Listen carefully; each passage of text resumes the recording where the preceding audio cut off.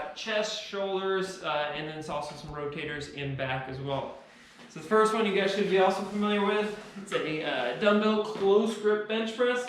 So we're going to keep our dumbbells in tight. We're not going out wide this time, and you're keeping them tight all the way down, kicking my elbows out just a little bit, and then pressing on the way up. So this one we want to mainly hit the chest, so we're actually not going to stay real tight with those elbows, but again, we're going to make sure, kick those things out, so you almost have to press the weights against each other on the way up to stay stabilized there. All right, upright row, you can either use the barbell or the dumbbells on this one. I'll show you with the barbell. But basically what you're gonna be doing is you're gonna be a pretty nice tight grip. I usually like to have where my thumbs are just touching right there. And I'm gonna be pulling this thing up, really kicking those elbows up as high as you can. Control it on the way down. Pretty explosive on the way up. The thumb should be able to get to your chin, and then nice and calm on the way down. So making sure that we are not letting our head leak forward, and then we're also choosing the right weight where we can get all the way up and not choosing too heavy a weight where we're only having to stop right here. All right, I don't have one of these here, but just a pull up or actually chin up on this one. So again, that difference of chin up is now my palms are facing towards me, and my grip is probably gonna be a little bit closer right there, but otherwise you're just doing your pull-ups or your chin-ups and you're going to max. And the shoulder one here, so dumbbell lateral raise, but this time we're gonna go thumbs up. So again, that means that the one side of these weights is gonna be pointing upwards, going there, controlling it on the way down, really making sure that we have that control, making sure we're not slouching and that we're staying at that T. We don't need to pinch any extra, but we definitely don't want to have those shoulders roll forward. All right, this one's shoulder and chest are a plate in and out. So as you can see, I've got 2 plates here. I'm gonna press them together and hold them together with my hands here. And I'm gonna go out as far as I can, still hold that. So if I have to go here and I have to start dropping, that's too far. But holding those plates together as we go in, take it all the way back and back out there. So again, this one isn't so much about how much weight you're using. Yes, I want you to test yourself and see how much you can do. But at the same time, a lot of it is just making sure that you have a lot of force holding those things together. That's the chest part of it. And the shoulder part of it is the extension, and that's kind of more of how much weight you have. All right, we have our cable low, internal and external rotation. I'm gonna do the internal one first. Basically what you're doing is you got that cable hooked up somewhere around hip height or a little bit above that. We're gonna keep this elbow right on our side. We're gonna pull that thing in, nice and slow on the way back. So again, making sure I'm not moving this elbow around, but it's really staying tight. And I'm going straight forward. And for some of you guys, you may want to start rotating that shoulder forward. So hand on here to hold it back is a really good idea. So I'd go through that one, and then I'll do the external on my left arm. Same kind of thing, I like to hold it right here. But now we're going the opposite direction and really pushing to see how far you can externally rotate. And again, choose lighter weight on this one because you want that full range of motion. All right, another cable one, single arm cable chest fly. So this one, we're gonna set ourselves up about 45 degrees away from the cable because we're just doing one at a time. I'm gonna hold that cable. Arm's not dead straight, but it's got just a little bit of bend in the elbow.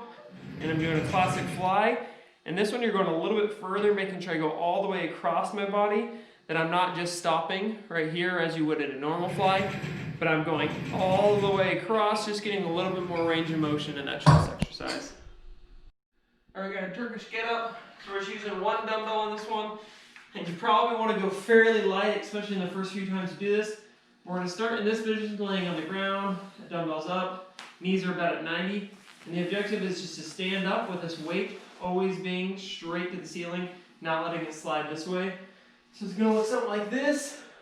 You're going to plant, left hand, left leg extends. You're going to get under, get that left leg back under you, and then stand on up. And then I'm going to go back down, doing the same thing, and then slowly come down. So the biggest thing for this is when you start moving up, you're going to want to start falling forward, but you really got to engage that shoulder so it's shooting straight up the whole time, not letting that dumbbell fall forward. All right, you should be familiar with this one, but a little twist. So this is dumbbell stabilized shoulder walks, but with a dip.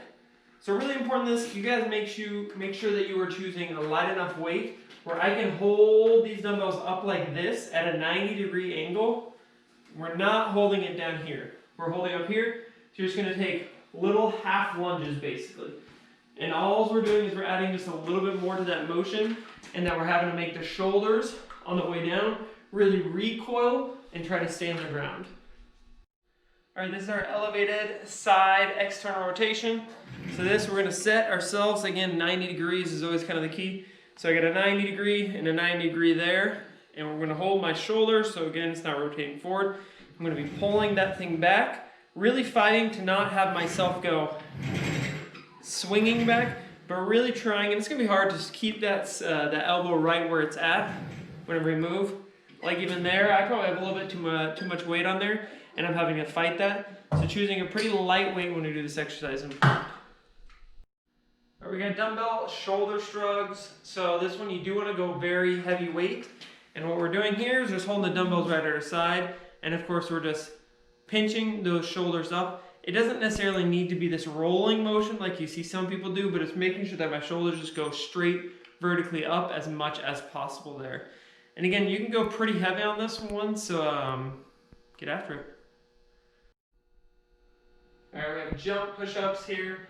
Hands are just a little bit wider than our shoulders. We're gonna go all the way down, power off that ground, catch yourself, restabilize. And doing that same thing, and again, you're going on this to absolute max or failure.